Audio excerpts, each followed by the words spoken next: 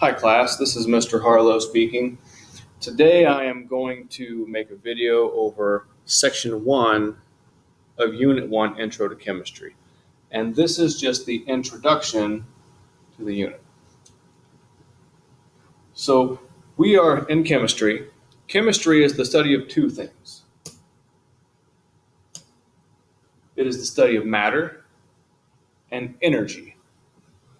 These are two separate things. Matter being things like water or salt or your desk or the floor. Anything that you can see or feel is basically going to be matter. The other aspect of chemistry is energy. Energy is more of a second semester topic or AP chemistry level topic. At least for the first semester in this class, we are concentrating on matter, atoms, molecules, solutions, things of this nature. So we're talking about physical substances. Chemistry is a study of the physical world.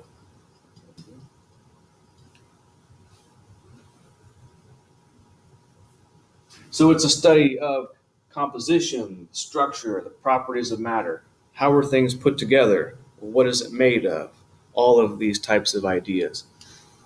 Where chemistry gets interesting is when we stop talking about how is this one thing made of and start looking at changes that it's undergoing. A molecule in itself is not usually that interesting, but when molecules start changing is when we have really interesting things happen. A substance is becoming a new substance. So changes. Chemistry studies the changes that matter undergoes.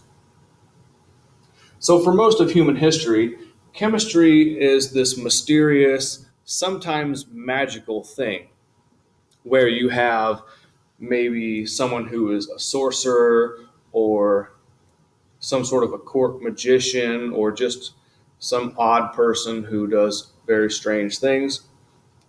Maybe they have two glasses that look like water and they mix them together and it turns red and it looks like blood.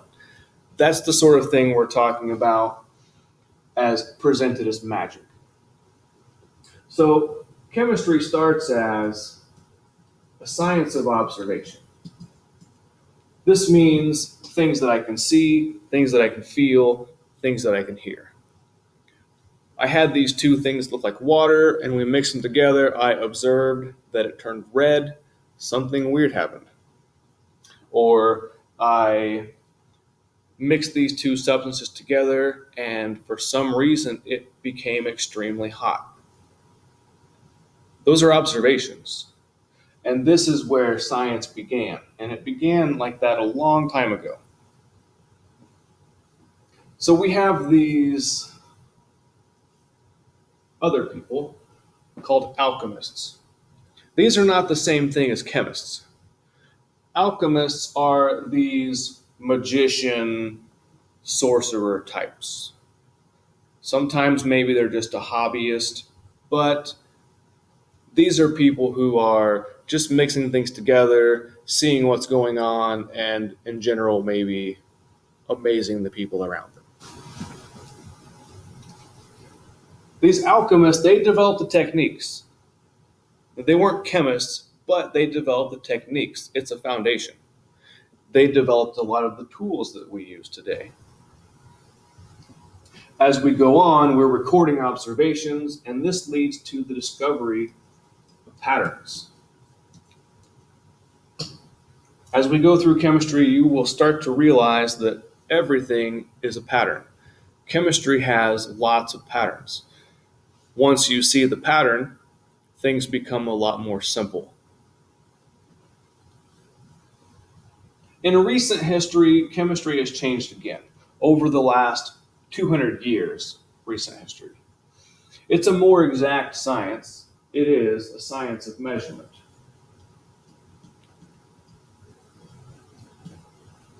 You'll see once we have the availability of labs in the somewhat hopefully near future, It's not just mixing two things together and watching it explode. In fact, that's a very rare occurrence that we get to mix two things together and watch it explode. A lot of times it's making measurements. This can take a bunch of different forms, but we're talking about a science of measurement. So chemistry is all around us. Everything is made of matter.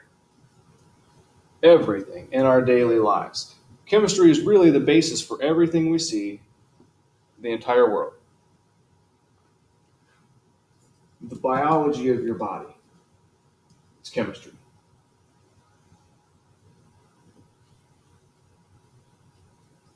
The technology in your phone, it's amazing.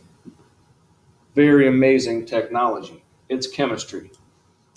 We'll go through a section where we talk about just the technology and the batteries of your phone. You have an extremely powerful computer that fits in your pocket, and the battery can last 2, 4, 6, 8 hours. That's a really long time considering the amount of computing power that it has. It's amazing, the technology in your phone.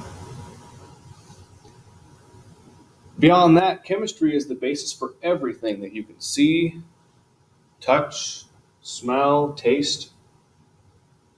If you see things in color, it's because the light reflects off of it. The chemistry of a substance determines how that happens. The things that you can feel with your fingers, it's because of the chemistry. The texture that the molecules and the atoms make affects how you feel things. Smell is purely chemicals that are reaching your nose. Taste, same idea. A chemical touches your tongue, there are special receptors that figure out what it is, and your brain sees it as a taste.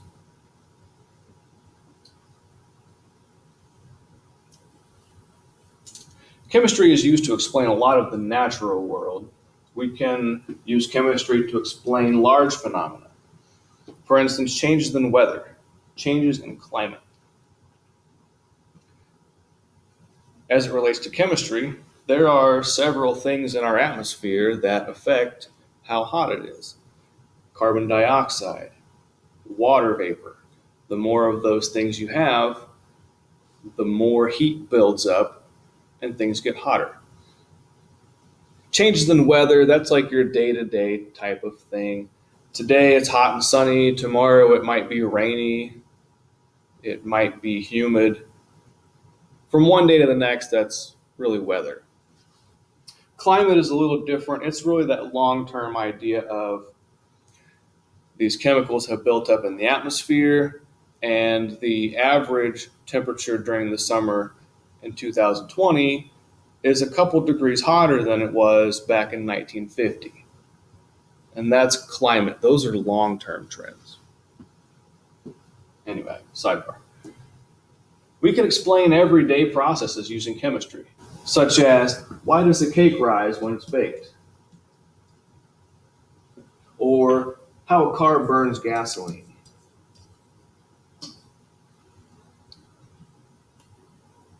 The knowledge of chemistry you get from this class, it can tell you what to do and what not to do.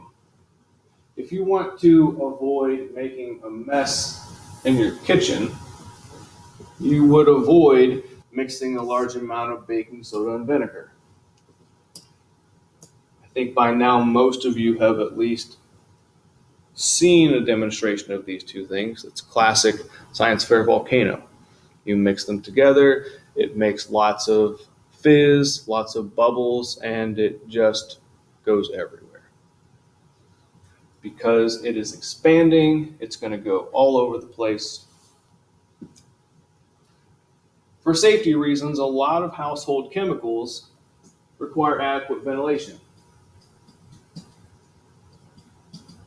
Maybe that's something you don't think of as chemistry, but if you have some, let's say, toilet bowl cleaner, and you pour it into the toilet bowl and the bathroom door shut and the fan is not on, a lot of that chemical gets into the air. It becomes a gas. It's something that if you breathe it in, you're going to have some sort of adverse effects for maybe a couple of days, maybe longer. You just want to be careful. This is the sort of thing that you're familiar with in chemistry. Even beyond that, some sort of household cleaners absolutely cannot be combined. Again, back to the toilet bowl cleaner bathroom scenario. There are two common cleaning agents, both of which you could use to clean a toilet bowl. If you use them at the same time, it's not going to be a very clean toilet bowl. There's going to be a chemical reaction, and it's going to create a very toxic gas. Something that if you get out of the bathroom quickly, you're just going to have a cough for a couple days. If you stayed in the bathroom, you could end up in the hospital or possibly even worse than that. You need to take very good care of not mixing chemicals in the house. It could also help you understand what to believe. Believe it or not, a lot of people in the world just try to take advantage of other people, whether it's for your money or whatever the cause. You have to be careful. And how do you be more careful? That would just be knowledge in general. Now think about this. If you were an adult and you never had chemistry and you'd never seen cell phones or television or any of that stuff, and then I walked into your town and I mixed these two clear, colorless liquids together, both of them look like water, and I turned it red, you would probably be pretty impressed. You would probably have some sort of an idea about what I was doing, or maybe that I was magic. The fact that we know more now keeps us from being fooled. So the reason you're in school in general is to obtain all of this knowledge, and the more knowledge you have, the less likely somebody's going to call you and ask you to send you their bank account number. And you send them the bank account number and they have all your money. Or you see me mix the two chemicals and turn the water red, and then I ask for all your money and you gave it to me. It's been done. Those are the things that we can avoid as you continue your education. Or at the very minimum, maybe you can spot them a little easier.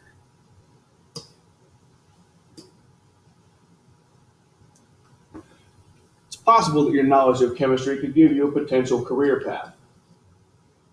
There's a common misconception that very few people actually use chemistry. Maybe you think that doctors and scientists are the only ones who use chemistry. Is that true? No, not really. In reality, many more careers exist in science. So you may choose to work in healthcare. A lot of healthcare careers require chemistry. For example, a laboratory technician. I spent several years in a hospital as a laboratory technician. I know lots of things about body chemistry. I know lots of things about bacteria and viruses. And I know a lot of things about blood transfusions. A lot of this stuff is related to chemistry. A radiology technician is somewhat similar in the respect that you work in a hospital with these very expensive machines. A radiology technician is the one who takes a picture of your arm when you think it's broken. That's not a doctor. The doctor did not x-ray your arm. The radiologist did not x-ray your arm. That's a radiology tech. And guess what? You don't have to go to school for 15 years to be a radiology technician. You can go to a 2-year or a 4-year institution and start working in a hospital. So by the time you're 20, you could be a lab tech or a radiology tech with not a lot of extra schooling. Another possibility is a pharmacy technician, and actually you can get your certificate, it's really a background check, to be a pharmacy technician with just a high school diploma. So all you have to do is graduate and maybe prove that you're capable of it, and they'll let you be a pharmacy technician. Could be working in a factory as a quality control specialist. I worked at Frito-Lay for a couple of summers, and every couple hours they have these people who come down to the line. They scoop up a bunch of these chips that are freshly made, and they take them to a laboratory. There's a laboratory in the Frito-Lay factory where they test these chips to make sure that they're not too salty, that they're not too greasy. They check the calorie content. Other possibilities: an engineer, you're going to need chemistry and physics. A mechanic. Mechanics know a lot more chemistry than you would think. They know things about how the gasoline burns. They know things about what goes on with the oil. They know things about antifreeze and brake fluid. All of this stuff is chemistry related. A chef, you have to know how the different chemicals and different foods relate. Some combinations of food taste amazing. Some taste horrible. And it really all depends on the chemistry. So the things you learn in this class could be applied to many different careers. It's possible. If you do have a job already, you've probably seen this next thing around your workplace somewhere. It's usually a yellow or red binder, and the binding should say SDS, or maybe it says safety data sheets. If it's an older version, it says MSDS, although the switch was over 5 years ago. I'm pretty sure if it still says MSDS, your employer's a little bit late to the party. So by law, your workplace is required to have an SDS for every chemical present. Now, it's not the same for small businesses. There's only 6 of you, it doesn't matter. You have to have an SDS for everything. When I was in my hospital lab, we had an SDS for Purell hand sanitizer. And you would think, why would you need an SDS for Purell hand sanitizer? The SDS provides a lot of information about a chemical. So let's see what it has. It is reactivity. That means, does it react with other chemicals? That sort of idea. Toxicity. Is it toxic? Will it hurt me if it gets in a cut? Will it hurt me if it gets into my stomach? It also talks about cleanup. Believe it or not, chemical spills happen, and when they happen, you have to know how to clean it up.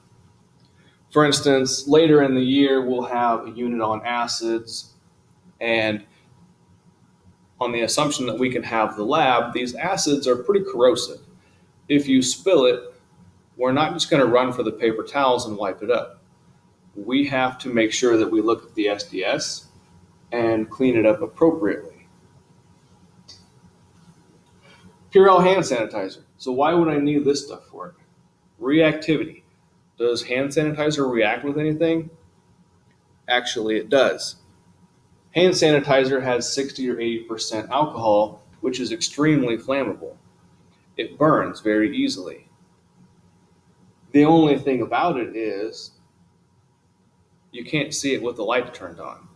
So if your hand sanitizer was on fire, you might not know it until you've touched it, which would be a bad situation. You would probably be burned. Is it toxic? Will it hurt me if it gets on my hands? No. Will it hurt me if it gets in a cut? It'll burn, but I'll be okay. Will it hurt me if I swallow some of this? Actually, it's a little bit toxic. You want to make sure that you're not going to drink it. And then cleanup. If you spill hand sanitizer on the floor and you go check the SDS, that's fine. That's caution. If it's hand sanitizer, get a paper towel, wipe it up. But that doesn't work for everything. In my classroom, we have SDSs for every chemical that I have. It's not in a binder, it is a digital SDS, and it's on a CD and it plays in the computer, but it has a digital SDS for every known chemical. That's it for section 1, the introduction. Thank you for watching, and I'll see you in the next video.